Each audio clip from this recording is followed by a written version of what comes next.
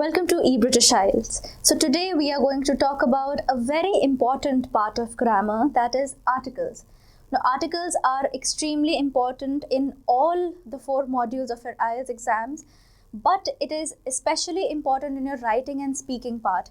If your articles are not accurate, if the usage of your articles is not proper in both your spoken English and also the writing part of it, the sentences are going to lose their meaning, they won't make sense, and the whole flow of your speech or the whole flow of your write-up is going to be disrupted and you will end up losing a lot of marks. So make sure that your articles are always on point. They're pretty simple and very easy to understand, so it only makes sense that you get a very good hang of it and do not make any mistakes in using these articles. So now, what are articles? Articles are the words that define a noun. Mainly there are 3 articles, that is an, a and the. Now 2 of these articles are definite, 1 of these articles is definite and 2 of them are indefinite. So the article an and a are indefinite articles. Why do we call them indefinite? Because they are not talking about anything in particular. They're not specifically talking about a thing. They just talk about things in general. For example, a book. So here we're not really defining what kind of book, which book, where did I get that book. It's just a book in general. So that's why they don't define a thing in particular and they're called indefinite articles. And similarly, the article the is a definite article because it talks about a specific thing. It talks about a particular thing and it does not randomly talk about anything in general. So let's look at the first article, that is an. So this is a pretty simple one. We use the article an in front of vowels. What are vowels? The letters A, E, I, O, U are vowels. That means all the alphabets, instead of these 5 alphabets, are called consonants. So there are 5 consonants in the English language, 5 vowels in the English language, and all the other alphabets that are not vowels are called consonants.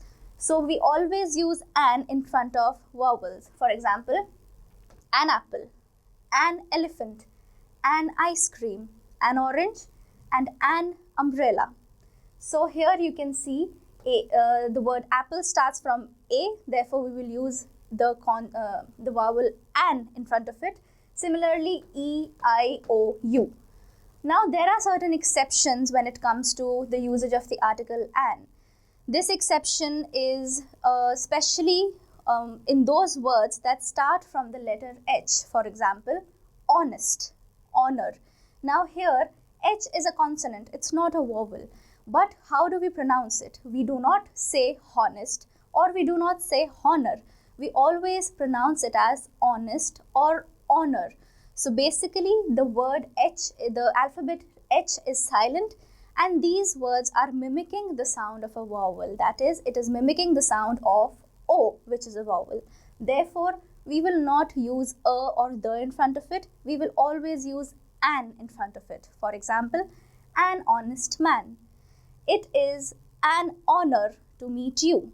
So, the consonant H is not really making the sound of her. It is making the sound of O. That's why we use an in front of it.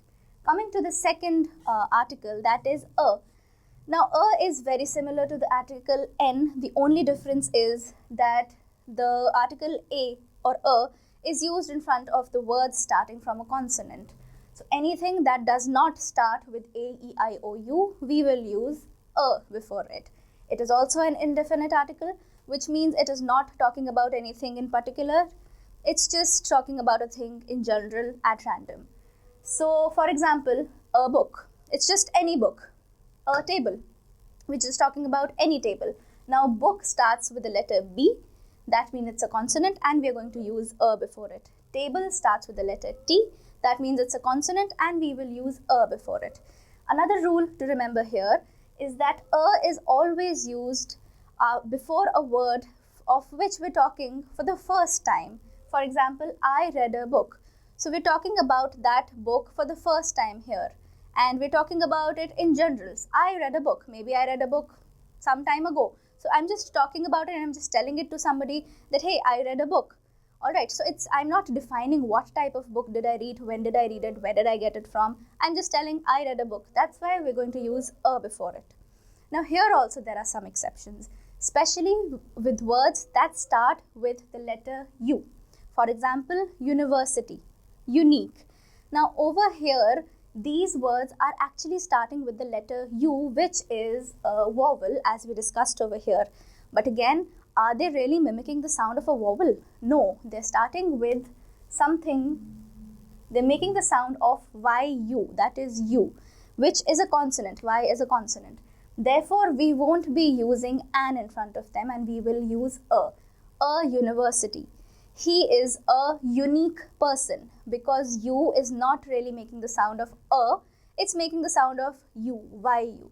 That's why we're going to treat it as a consonant, and instead of using an, we're going to use a before it. Now let's come to the final and one of the most important articles, that is the. Now the is a definite article. Whenever we talk about something in particular, whenever we talk specifically about something, we always use the in front of it. For example, I read the book that was kept on the table. So here I am defining what kind of book did I read. I read that specific book that was kept on that specific table. So that's why I'm going to emphasize the book and the table by placing the in front of these words. Now another rule here to remember is that the is always used whenever we are talking about something for the second time. Now if you compare it with here we talked about the book for the first time. I read a book. Now here we're going to talk about the book for the second time. The book was very good. Now we've already told the person that, hey, I read a book, but what kind of book was it? It was a very good book. So the words very good are defining the book. That's why we're going to use the article the in front of it, because we're talking about the same book for the second time. Now another rule here to remember is that sometimes the is also used in front of certain kinds of proper nouns. What are proper nouns? They're just names of things. So we do not use the in front of all proper nouns, just some of them. For example, the Indian Ocean, the Sahara Desert, the Pacific Ocean, because they are one of a kind oceans. They're just one of a kind, they're unique to their nature. That's why we define it by putting a the in front of them. Another rule here is the things that are unique, the things that are one of their own kind. For example, the sky, the earth. We only have one sky, we only have one earth. We do not have multiple skies or multiple earths. That's why they're very unique, and we will use the word the in front of them to define them even more. Now here we talked about where to use a, an and the. Now there are certain words in front of which we do not use articles at all. We just omit the usage of articles totally. What are those words? Uncountable nouns.